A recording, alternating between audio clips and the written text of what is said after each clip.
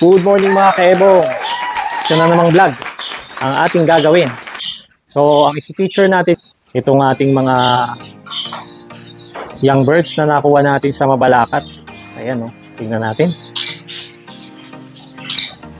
Ayan, ang gaganda oh. Ganda ng mga kondisyon nila.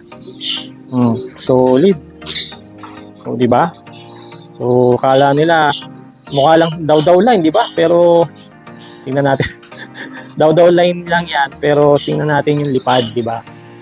Oh, so tingnan natin kung ano, magiging okay sila. So yan, mga daw lines lang. Pamalit dun sa mga nawala nating YB. Ayan. So lahat ng yan, puro naka-comring lang. Kinuha natin kay Bap, ng taga Mabalacat. Shoutout kay Bap. Tapos binigyan tayo ng isang gift bird na maliit pa. Yung hindi pa tumutuka. So pinasiter muna natin doon sa nabili rin nating pair sa kanya. Ayan. Kasi ito si Bap, hindi siya nagkakarera. Pero ang dami niyang kalapate. No? Siyempre kung ikaw ay talagang pansier, hindi ka talaga bibili sa kanya kasi wala namang mga papel. No? Pero nasabi sa akin ng tropa kasi si Bap may farm yun tsaka nag-aalaga yun ng mga manok na panabong. Marunong siyang kumondisyon ng kalapate. Kinukondisyon niya yung mga kalapate niya pero hindi siya nagagamot. Ayan, dahil nga hindi naman niya kinakarera. So, at yung mga kalapate niya binibigay lang sa kanya yan. Ang kagandahan pa nung nagbibigay sa kanya, imported yung mga kalapate na binibigay sa kanya. So hindi natin alam, baka ano lang to, kala natin mga netoy lang. Yung pala may dugong imported, di ba? Kaya tayo kumukuha sa kanya. Malay nyo, di ba? Kasi may mga kumukuha sa kanya. Binabalita naman din sa kanya na nakakapagpadulo, meron siyang nang nakaraang race sa isang club na kakatapos lang, no? Sa South Distance race. Malayo rin yung narating ng kalapate. Kung hindi ako nagkakamali, baka hanggang yata Samar nakarating. So nakapagpadulo din kahit papaano. Diba? So titingnan natin kung magki-click. Kasi ngayon meron tayong 4 na warriors na nililipad na galing kay Bap. Ayun. At yung dalawa doon, mahusay naman.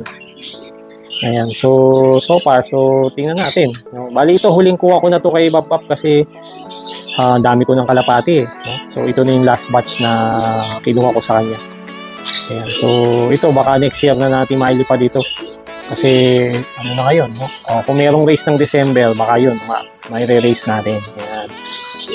Baka may race natin sa South. Ayan. So yan yung daw lines na may galing kay Bap. So meron tayong 4, tapos yung sa ating Flyers Lock meron tayong 4 din. Yung Blue Bar, yung Checkered, yung Blue Bar, si Caldrogo, si Kamandag, si Dracula. Bali, tsaka si Cappuccino. Yun yung 4.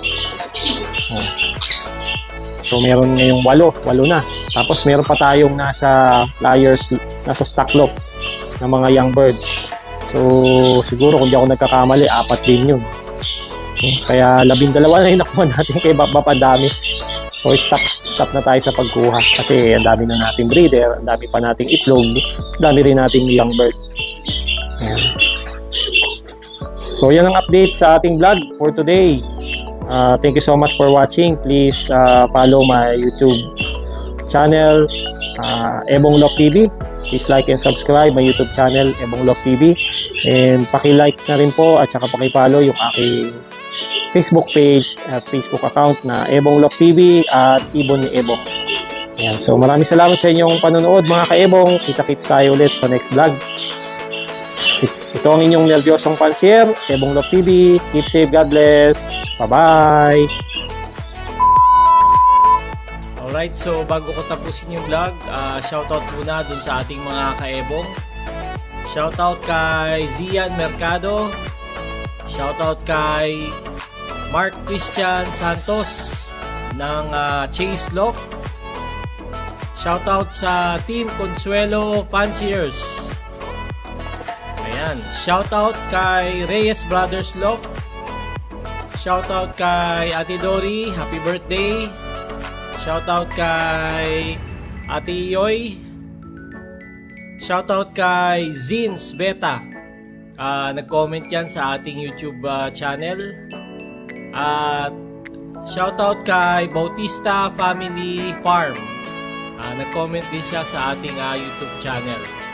Maraming salamat sa mga suporta nyo mga ka-Ebong. Hanggang sa muli, ito ang inyong nervyosong fancier, Ebong Love TV. Keep safe, God bless. Bye-bye!